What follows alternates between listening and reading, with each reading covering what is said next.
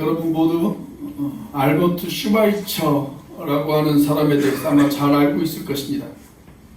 그가 아프리카로 떠나기로 결심을 하자 많은 신문은 이 슈바이처의 이야기를 다루기 시작을 했습니다. 의사였고 음악가였고 철학자였고 신학자이면서 목사였던 그가 출세가 보장된 미래를 포기하고 아프리카로 떠난다. 아마 이것이 많은 사람들에게는 충격으로 다가왔던 것 같습니다. 그때 한 기자가 슈바이처 박사에게 이런 질문을 던졌습니다. 당신은 무엇 때문에 이런 결단을 내렸습니까? 그때 슈바이처는 이렇게 대답을 했다고 그럽니다. 빚을 갚기 위해서입니다. 빚을 갚기 위해서입니다. 제가 철이 들어서 깨달은 사실이 하나 있는데, 제가 얻은 모든 것이 사실은 빚으로 이루어졌다는 사실을 저는 뒤늦게 깨달았습니다. 그래서 이제 그 빚을 갚는 인생을 살고 싶어서 그렇습니다. 그렇게 대답을 했다고 합니다. 오늘이 설날인데 내가 호흡하고 먹고 마시고 오늘 이 자리에 앉아 있을 수 있는 것, 여러분 우리가 얼마나 다른 사람들의 도움을 받고 다른 사람들에게 빚을 지며 살아온 인생입니까? 가깝게는 부모님들과 가족들에게 빚을 졌고, 나의 친척들, 사랑하는 스승 친구들, 그리고 교회 지체들, 이웃들, 그 모든 사람들에게 우리는 사랑의 빚을 졌다라고 그렇게 이야기할 수 있을 것입니다. 여러분 우리가 구원받아 하나님의 자녀가 되어진 것은 또 어떤가요? 외아들까지 아낌없이 내어주신 그 하나님의 은혜가 있었기 때문에, 그 하나님으로부터 사랑의 빚을 졌기 때문에 오늘 우리가 여기에 앉아서 주님을 찬양할 수 있는 것 아니겠습니까? 그래서 바울은 로마서 1장에서 이렇게 이야기를 하고 있습니다. 나는 빚진 자다. 나는 빚진 자다. 바울은 자신이 헬라인에게도, 그리고 야만인에게도, 지혜 있는 자에게도, 그리고 어리석은 자에게도 내가 다 빚진 자다. 그렇게 이야기를 하고 있습니다. 자, 바울에게 있어서 평생 그가 갚아야 되는 빚, 사랑의 빚, 그리고 그의 인생의 존재 이유, 그것은 바로 빚을 갚기 위한 것이었습니다. 빚을 갚기 위한 것. 그러다가 어느 날 인생의 석양역에 이르러서 이 바울이 이런 아주 유명한 고백을 남기지 않습니까? 나의 나된 것은 오직 하나님의 은혜입니다. 나의 나된 것은 오직 하나님의 은혜입니다. 여러분, 바울의 이 고백이 오늘날 저와 여러분들에게도 동일한 그런 고백이 되어야 될 줄로 믿습니다. 우리에게는 하나님의 은혜의 빚이 있어요. 그분에게 은혜의 빚을 졌어요. 자, 그렇다면 우리가 어떻게 이 빚을 갚으며 살아갈 수가 있을까요? 탈무드에 보면 이런 이야기가 있습니다. 빚진 자들이여 힘을 합하십시오. 그리고 누군가 당신 곁에 있는 한 사람에게 축복의 등불이 되어 주십시오. 빚진 자들이여 힘을 합하십시오. 그리고 누군가 당신 곁에 있는 한 사람에게 축복의 등불이 되어 주십시오. 오늘 본문 말씀을 보면 곁에 있는 누군가 한 사람에게 축복의 등불이 되어 주었던 그런 아름다운 사랑의 이야기가 오늘 본문에 등장을 합니다. 자, 어떤 사람이 중풍병에 걸려서 모든 희망을 잃어버리고 자리에 누워 있었습니다. 그는 일어날 수도 없었고 움직일 수도 없었습니다. 그냥 절망 가운데 인생을 살아가는 그런 사람이었습니다. 예수님께서 그 마을에 오셔서 다른 사람들의 병을 치유해 준다라고 하는 이야기를 들었지만 이 중풍병자는 예수님에게 갈 수조차 없었습니다. 자, 바로 이 사람을 돕기 위해서 네 사람이 힘을 모아 이 중풍병자를 돕는 아주 가슴 따뜻한 사랑의 이야기가 오늘 본문에 펼쳐지고 있습니다. 자, 이 네 사람이 이 중풍병자와 어떤 관계였는지는 성경에 자세히 나와 있지 않습니다. 가족일 수도 있고 친구일 수도 있고 아니면 이웃일 수도 있습니다. 자, 이 설날 아침 우리는 우리의 가족을, 우리의 친구를, 그리고 우리의 이웃을 어떻게 도울 수 있을까요? 그리고 무엇을 도울 수 있을까요? 자, 먼저 우리는 사람들을 어떻게 도울 수 있을까요? 첫 번째로 믿음으로 사랑을 시작해야 합니다. 믿음으로 사랑을 시작해야 합니다. 자, 오늘 본문의 5절 말씀입니다. 같이 한번 읽어보겠습니다. 시작. 예수께서 그들의 믿음을 보시고 중풍병자에게 이르시되 작은 자야 내 죄사함을 받았느니라 하시니. 자, 여기 보면 예수님이 네 사람의 무엇을 보셨다고요? 믿음을 보셨다. 그렇게 이야기하고 있습니다. 중풍병자의 믿음이 아니라 이 중풍병자를 도운 네 사람의 믿음을 보셨다. 그렇게 이야기를 하고 있어요. 이 네 사람의 믿음은 어떤 믿음이었을까요? 이 중풍병에 걸린 이 사람을 예수님에게 데리고 가기만 한다면 예수님께서 틀림없이 이 사람을 도울 것이다. 그런 믿음이 있었어요. 그런 믿음이 있었습니다. 이 사람을 예수님에게 데리고만 간다면 예수님이 도울 것이다. 예수님에게 데리고 가는 믿음이 있었단 말이죠. 데리고 갈 믿음. 제가 이런 이야기를 들은 적이 있어요. 어떤 집사님이 새해를 맞이해서 작정을 했습니다. 내가 어떻게 해서든 올해는 내 남편을 예수님께로 데리고 가야지. 그런 작정을 했어요. 그리고 1년 동안 남편의 구원을 위해서 매일같이 새벽 예배를 드리기로 작정했습니다. 그런데 1년이 다 지나가고 성탄절이 다가올 무렵이 되어졌는데도 남편에게 변화의 조짐이 보이지를 않는 거예요. 어떻게 해서든 교회 한번 데리고 나오고 싶은데 남편에게 사정을 합니다. 나랑 같이 교회 딱 한 번만 가자고. 그렇게 사정을 했는데도 남편이 요지부동입니다. 어느 날 성탄절이 다가오는 어느 새벽에 새벽 예배를 가기 위해서 집을 막 나가려고 하는데 현관에 남편의 구두가 보이더라는 거예요. 구두가. 그래서 이 집사님이 남편의 구두를 가슴에 꼭 껴안고 교회로 왔다고 합니다. 그리고 하나님 앞에 이렇게 기도를 드렸대요. 하나님, 제 남편의 구두가 먼저 출석했으니 이 구두의 주인도 곧 출석할 수 있도록 도와주세요. 그렇게 기도를 했다고 그래요. 그런데 가만히 생각해 보니까 자기 행동이 너무 웃기더래요. 그래서 남편에게 그 이야기를 했대요. 사실은 말이에요, 여보, 내가 오늘 새벽에 당신의 구두를 가지고 교회를 갔다. 그리고 당신의 구두를 껴안고 기도를 했어. 남편이 아무 이야기를 안 하더래요. 그런데 그 다음 주 주일날 이 남편이 교회를 출석하더랍니다. 그래서 아내가 남편에게 물었대요. 아니, 내가 그렇게 부탁을 했는데도 눈 하나 까딱하지 않더니 무슨 마음으로 교회 올 생각을 했어요? 라고 물어봤대요. 그랬더니 남편이 하는 말이, 아니, 내 구두까지 끌어안고 그렇게 기도하고 그렇게 소원하는 당신의 바람을 외면한다면 인간의 도리가 아니지. 그렇게 이야기를 하더랍니다. 여러분, 주님께서 그 집사님의 믿음을 보셨다고 생각합니다. 믿음을. 오늘 이 4명의 사람도 마찬가지예요. 이 사람을 예수님께 데리고만 가면 예수님께서 이 사람의 문제를 해결해 주실 것이다. 그런 믿음이 있었어요. 여러분, 내가 내 가족을 돕고 내가 내 친구를 돕고 내가 내 이웃을 돕는다 한들 여러분, 내가 얼마나 도울 수가 있겠습니까? 내 도움에는 언제나 한계가 있습니다. 그러나 나는 그 사람을 도울 수 없어도, 나는 그 사람의 문제를 해결해 줄 수 없어도 내가 그 사람을 예수님 앞에 데리고만 가면 주님께서 그 사람의 문제를 해결해 주실 것이다. 주님이라면 이 사람의 문제를 근본적으로 해결해 주실 것이다. 주님은 이 사람의 생명이 되어줄 것이고 이 사람의 소망이 되어줄 것이고 이 사람의 능력이 되어줄 것이다. 그것을 믿으시기 바랍니다.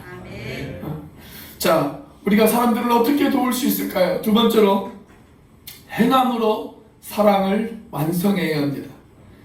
자, 사랑의 실천은 믿음으로 시작을 했다고 한다면 사랑의 완성은 행함으로 완성이 되어질 수가 있습니다.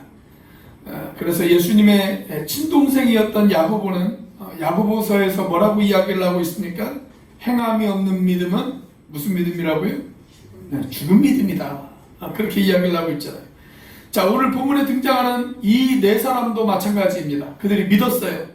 이 사람을 예수님에게 데리고만 가면 예수님께서 이 사람의 문제를 해결해 주실 것이다 라는 사실을 믿었습니다. 그런데 믿기만 하고 행함이 없었다면 여러분 문제가 해결이 되어졌을까요? 만약 그랬다면 그것을 가리켜서 성경은 죽은 믿음이다 그렇게 이야기하고 있습니다. 자, 다행스러운 것은 이 네 사람의 믿음은 죽은 믿음이 아니었어요. 펄떡펄떡 뛰어서 움직이는 살아있는 믿음이었습니다. 그래서 중풍병자를 들것에 실어서 예수님 앞에 데리고 갑니다. 여러분, 우리가 누군가에게 도움을 받을 때가 있죠. 그리고 또 누군가에게 도움을 요청할 때도 있고 도움을 받을 때도 있어요. 전 우리가 다른 사람들에게 도움을 요청할 줄도 알아야 된다고 생각합니다. 그리고 도움을 받을 줄도 알아야 된다고 전 그렇게 생각합니다. 다른 사람들에게 도움을 받을 줄 알아야 또 다른 사람들을 도울 수도 있어요. 그런데 어떤 사람들은 다른 사람들에게 도움을 받는 것, 그것을 자존심 상한다 라고 생각한단 말이죠. 그것도 일종의 마음의 병이에요. 열등의식에서 오는 마음의 병이라고 할 수가 있습니다. 자, 그래서 건강한 사람은 다른 사람의 도움을 받기도 하고 또 다른 사람을 도와주기도 하고 그렇게 살아야 됩니다. 자, 그런데 우리가 다른 사람에게 도움을 요청받았을 때, 다른 사람이 나에게 도와달라고 도움을 요청했을 때 사람들이 그것을 거절하는 가장 보편적인 핑계거리는 뭐냐면 이런 것입니다. 내가 돕고 싶은데 도울 방법이 없네, 도울 길이 없네, 미안해, 도울 길이 없어, 그렇게 이야기하는 거예요. 그런데 문자 그대로 저는 그것은 핑계라고 생각합니다. 돕고 싶은 마음이 없는 거예요. 정말 돕고 싶다면 여러분 길은 얼마든지 있습니다. 길이 없으면 길을 만들기도 합니다. 자, 오늘 4명의 사람들이 바로 그랬습니다. 이들이 중풍병자를 데리고 예수님 앞에 찾아갔어요. 그런데 이미 예수님 주변에는 수없이 많은 사람들이 예수님을 애워싸고 있었습니다. 그래서 예수님에게 들어갈 방법이 없었습니다. 자, 오늘 본문의 2절 말씀이죠. 같이 한번 읽어보겠습니다. 시작. 많은 사람이 모여서 문 앞까지도 들어설 자리가 없게 되었는데 예수께서 그들에게 도를 말씀하시더니, 자, 너무 많은 사람이 주님의 곁을 애워싸고 있었어요.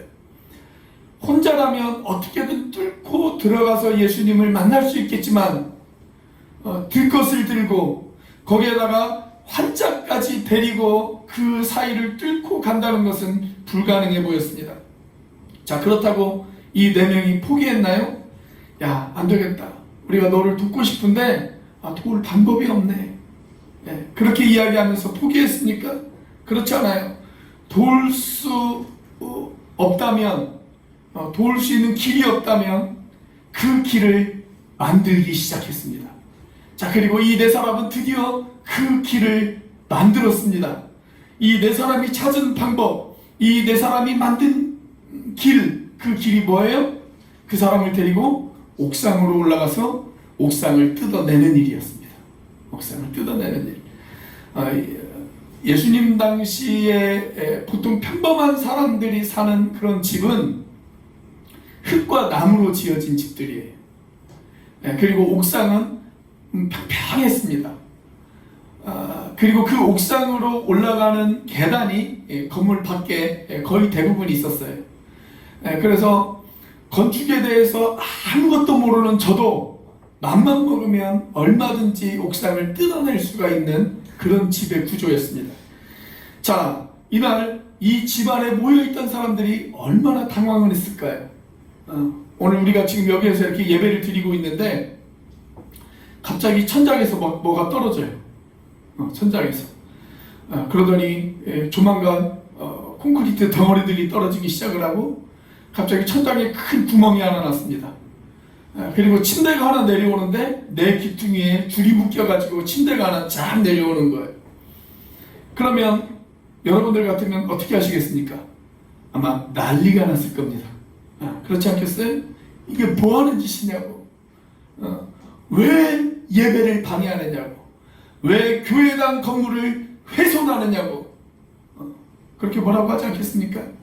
아마 어떤 사람은 112에 지금 신고를 하고 있는 중이었을지도 모르겠습니다. 그 사람들에게 적용되어지는 4가지의 범죄가 있습니다. 무슨 범죄일까요? 일단 제 설교를 방해했거든요. 업무 방해죄입니다. 그리고 이 예배를 방해했어요. 집회 방해죄예요. 그리고 이 교회에 허락받지 않고 그냥 들어왔거든요. 무단 침입죄입니다. 교회 건물을 훼손했어요. 재산 손괴죄입니다. 이 4가지의 죄가 적용되어질 수가 있어요. 자, 여러분, 이 4명의 행동이 지금 얼마나 용기 있는 행동인지를 아시겠습니까? 많은 비난을 감수한다 할지라도 우리가 이 사람을 살려야 한다. 우리가 이 사람을 도와야 한다. 이 사람을 돕기 위해서 어떻게 해서든 이 사람을 예수님 앞에 데리고 가야 한다. 이 중풍병 걸린 사람 그 한 사람을 돕기 위해서 이렇게 무모한 행동을 그들이 결단한 것입니다. 그리고 이런 결단을 내릴 수 있게 되어진 그 배경에는 이들의 믿음이 있었기 때문에 그렇습니다. 그러니까 여러분, 사랑의 실천은 믿음으로 시작하는 거예요. 믿음이 있어야 시작을 할 수 있는 거예요. 그런데 사랑의 완성은 무엇으로 완성이 되어진다고요? 행함으로 완성이 되어집니다. 이 4명이 바로 그랬습니다. 그들에게는 믿음이 있었고 그 믿음을 실천할 수 있는 행함의 모습이 있었다라고 그렇게 이야기할 수가 있어요. 자, 이제 2번째로 우리는 사람들의 무엇을 도와야 할까요? 첫째, 영적인 필요를 도와야 합니다. 자, 우리는 사람들의 2가지의 필요를 도울 수 있다고 생각해요. 하나는 영적인 필요를 도와야 하고 또 하나는 육적인 필요를 도와야 합니다. 영적인 필요도 도와야 하고 육적인 필요도 도와야 합니다. 자, 먼저 영적인 필요를 한번 살펴보도록 하겠습니다. 오늘 본문에 등장하는 이 4사람이 중풍병에 걸린 사람을 돕기 위해서 움직였을 때, 그들이 행동했을 때, 자, 예수님의 첫 마디, 예수님의 일성이 무엇이었습니까? 자, 5절입니다. 같이 한번 읽어보겠습니다. 시작. 예수께서 그들의 믿음을 보시고 중풍병자에게 이르시되 작은 자야 내 죄사함을 받았느니라 하시니. 자, 예수님이 뭐라고 하셨다고요? 작은 자야 내 죄사함을 받았느니라. 사실 중풍병자가 간절히 듣고 싶었던 말은 이 말이 아니었습니다. 그렇죠? 이 중풍병자를 데리고 온 4명의 사람이 예수님의 입에서 간절히 듣고 싶었던 말, 그건 뭐였을까요? 내 병이 나았느니라. 이 말이었을 거예요. 그러나 육체적인 병을 고치는 일보다 더 중요하고 근본적인 일, 그것은 바로 죄사함의 문제였습니다. 자, 사랑하는 여러분, 예수님께서 이 땅에 오신 목적 무엇일까요? 예수님께서 태어나실 때 예수님의 아버지였던 요셉과 예수님의 어머니였던 마리아에게 천사가 나타나죠. 그리고 그 천사가 요셉과 마리아에게 했던 말 무엇이었습니까? 아들을 낳으리니 이름을 예수라 하라. 예수라고 하는 이름의 뜻이 뭐예요? 구원자라고 하는 뜻이 있습니다. 구원자. 예수님이 이 땅에 오신 이유, 자기 백성을 죄에서 구원하시기 위해서 오셨습니다. 그래서 예수님이 십자가를 향해서 스스로 한 발자국 한 발자국 걸어가십니다. 우리가 아무리 용을 써도 절대 우리 스스로 해결할 수 없는 그 죄의 문제를 해결하기 위해서 예수님께서는 이 땅에 오신 것입니다. 믿으십니까? 네. 자, 그래서 예수님께서 말씀하세요. 내 죄 사함을 받았느니라. 그렇게 이야기합니다. 자, 그런데 그 자리에 누가 있었냐면 서기관들이 있었어요. 서기관들이. 자, 서기관들이 흥분해서 뭐라고 이야기를 하냐면 이렇게 이야기를 합니다. 7절 말씀입니다. 같이 한번 읽어보겠습니다. 시작. 이 사람이 어찌 이렇게 말하는가? 신성모독이로다. 오직 하나님 한 분 외에는 누가 등이 죄를 사하겠느냐? 여러분, 서기관들의 이 이야기는 맞는 말입니다. 틀린 말이 아닙니다. 사람은 절대 사람의 죄를 용서할 수가 없습니다. 여러분, 죄인이 어떻게 죄인을 구원할 수가 있습니까? 사람은 사람을 구원할 수가 없습니다. 그래서 서기관들의 이 이야기는 맞는 말입니다. 자, 그런데 서기관들이 모르고 있었던 사실이 하나 있습니다. 그건 뭐냐면 예수가 곧 하나님이시다 라고 하는 사실입니다. 하나님만이 죄를 용서하실 수 있는데 예수님이 곧 하나님이시다, 이 사실을 서기관들은 모르고 있었다라고 하는 것입니다. 여러분, 예수님이 곧 하나님이십니다. 믿으십니까? 만약 여러분들이 이것을 믿지 않는다면 여러분들은 결코 그리스도인이 되어질 수가 없습니다. 예수님은 하나님이십니다. 그래서 그분은 우리의 죄의 문제를 해결하실 수가 있습니다. 그분은 우리의 죄를 짊어지셨고 십자가에서 내가 받아야 할 저주와 진노를 대신 받으셨고 그분은 나의 죄를 씻기 위해서 십자가에서 피를 흘리셨습니다. 성경은 이야기합니다. 피 흘림이 없은즉 사함이 없느니라. 그런데 예수님께서 나를 위하여 피를 흘려주셨습니다. 그분의 피가 내 죄를 사해 주셨습니다. 믿으십니까? 여러분, 우리가 사람들을 도울 때 그 사람들에게 전해줘야 되는 것, 여러가지 물질적인 도움도 필요하고 여러가지 도움도 필요하겠지만 우리가 가장 먼저 도와줘야 될 것, 그리고 가장 중요하게 도와줘야 될 것, 그것은 바로 피 묻은 복음입니다. 피 묻은 복음. 그들이 죄사함을 받아 하나님의 자녀가 되어지도록 도와주는 것, 그것이 바로 저와 여러분들이 가장 중요하게 생각해야 될 교회의 사명인 줄로 믿으시기를 바랍니다. 이번 명절에 가족들이 모이잖아요. 때때로 우리의 가족들 가운데 도움이 필요한 가족들도 있을 것입니다. 교회 지체들 가운데에도 도움이 필요한 사람들이 있고 우리의 이웃들 가운데, 친구들 가운데에도 도움이 필요한 사람들이 있을 것입니다. 그러나 우리가 가장 먼저 도와줘야 될 것, 우리의 가장 중요한 사명, 그것은 하나님이 나를 구원해 주신 그 구원의 이유, 그게 뭐예요? 복음 전하여 죄사함 받아 사람들을 하나님의 자녀로 만드는 것, 그 도움, 그 도움의 손길을 베풀 줄 아는 저와 여러분들이 되시기를 주의 이름으로 축원합니다. 자, 우리는 사람들의 무엇을 도와야 될까요? 두 번째로 육적인 필요도 도와줄 수 있어야 됩니다. 육적인 필요도 도와줄 수 있어야 됩니다. 자, 영적인 도움이 가장 중요한 것은 사실인데 어떤 경우에는 영적인 도움보다 육적인 도움을 먼저 베풀어야 될 때도 있어요. 그 대표적인 예가 저는 누가복음 10장에 나오는 선한 사마리아인의 비유라고 생각이 되었습니다. 자, 예루살렘에서 여리고로 내려가던 어떤 사람이 강도를 만났습니다. 물건을 다 빼앗겼고 강도들에게 얻어 터져서 거의 죽어갈 정도의 수준이 되어졌습니다. 여러분, 이 사람에게 우선적으로 필요한 것, 복음일까요? 아니면 치료일까요? 뭐가 더 우선적으로 필요합니까? 치료죠. 치료죠. 일단 잘 치료해줘서 살려내야 그 다음에 복음도 전할 수 있는 것 아니겠습니까? 그래서 구명은 구원보다 우선일 때가 있습니다. 구명이 구원보다 우선일 때가 있습니다. 생명을 구하는 것이 구원보다 우선일 때가 있어요.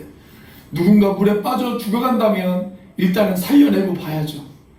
살려내야 복음도 전할 수 있는 것 아니겠어요? 자, 오늘 본문 말씀을 보면 예수님도 영적인 도움만 베푸신 것이 아니에요. 이 사람의 육적인 필요도 예수님께서 채워주십니다. 너 죄사함 받았어. 너 지금 죽어도 천국 갈 수 있거든. 그러니까 그냥 집에 가. 이렇게 말씀하지 않으셨어요. 이 사람의 육적인 필요도 예수님께서 채워주십니다. 자, 오늘 본문의 11절이죠. 같이 한번 읽어보겠습니다. 시작. 내가 내게 이르노니 일어나 내 상을 가지고 집으로 가라 하시니. 일어날 수 없는 중풍병자에게 말씀하십니다. 일어나라. 그렇게 이야기하십니다. 자, 예수님의 그 말씀을 듣고 이 중풍병자가 어떻게 되어졌을까요? 12절입니다. 같이 한번 읽어보겠습니다. 시작. 그가 일어나 곧 상을 가지고 모든 사람 앞에서 나가거늘 그들이 다 놀라 하나님께 영광을 돌리며 이르되 우리가 이런 일을 도무지 보지 못하였다 하더라. 그 사람이 일어났어요. 일어나서 걸어갔습니다. 그리고 하나님 앞에 영광을 돌렸다 라고 성경은 이야기를 하고 있습니다. 제가 조금 전에 선한 사마리아인의 비유를 말씀을 드렸습니다만 예수님께서 선한 사마리아인의 비유를 이야기하신 어떤 계기가 있죠. 자, 어떤 율법사가 예수님을 찾아왔어요. 그리고 그 율법사가 예수님에게 이런 질문을 던집니다. 선생님, 누가 내 이웃입니까? 그렇게 물어요. 누가 내 이웃입니까? 자, 그때 예수님께서 이 선한 사마리아인의 비유를 이야기하시면서 예수님께서 이런 말씀을 하시죠. 강도 만난 사람이 죽어가고 있는데 제사장과 레위인은 그것을 보고도 그냥 그 자리를 떠나갔다. 그런데 너희들이 불결하고 천하게 생각하는 그 사마리아인이 그 사람을 잘 치료해 주었다. 그렇다면 누가 이 강도 만난 사람의 이웃이냐?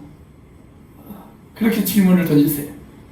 자, 그러시면서 예수님께서 이 이야기의 마지막 부분에 이런 당부를 하십니다. 가서 너도 이와 같이 하라. 그렇게 이야기하십니다. 여러분, 우리 온누리교회의 가장 중요한 사명, 그것은 복음을 전하여 사람들이 구원을 받아 하나님의 자녀가 되어지게 하는 일, 그것이 우리 교회의 가장 중요한 사명인 줄로 믿습니다. 그러나 우리 교회가 이 땅에서 해야 되는 또 하나의 사명이 있다면 강도 만난 자의 이웃이 되어주는 일입니다. 강도 만난 자의 이웃이 되어주는 일. 오늘 본문으로 이야기하자면 지붕을 뜯어내고 침대를 내려주었던 4명의 친구들이 되어주는 일, 그것이 바로 우리 온누리교회가 해야 될 가장 중요한 또 하나의 사명이라고 저는 믿습니다. 여러분, 우리가 도와줘야 될 영적인 중풍병자는 누구일까요? 어쩌면 그 중풍병자는 우리의 가족 안에 있을 수도 있습니다. 우리의 자녀들일 수도 있고 우리의 부모님일 수도 있고 내 형제들일 수도 있습니다. 내 친구들일 수도 있고 내 이웃일 수도 있습니다. 어쩌면 나와 전혀 상관이 없는 지구 반대편의 그 누구일 수도 있습니다.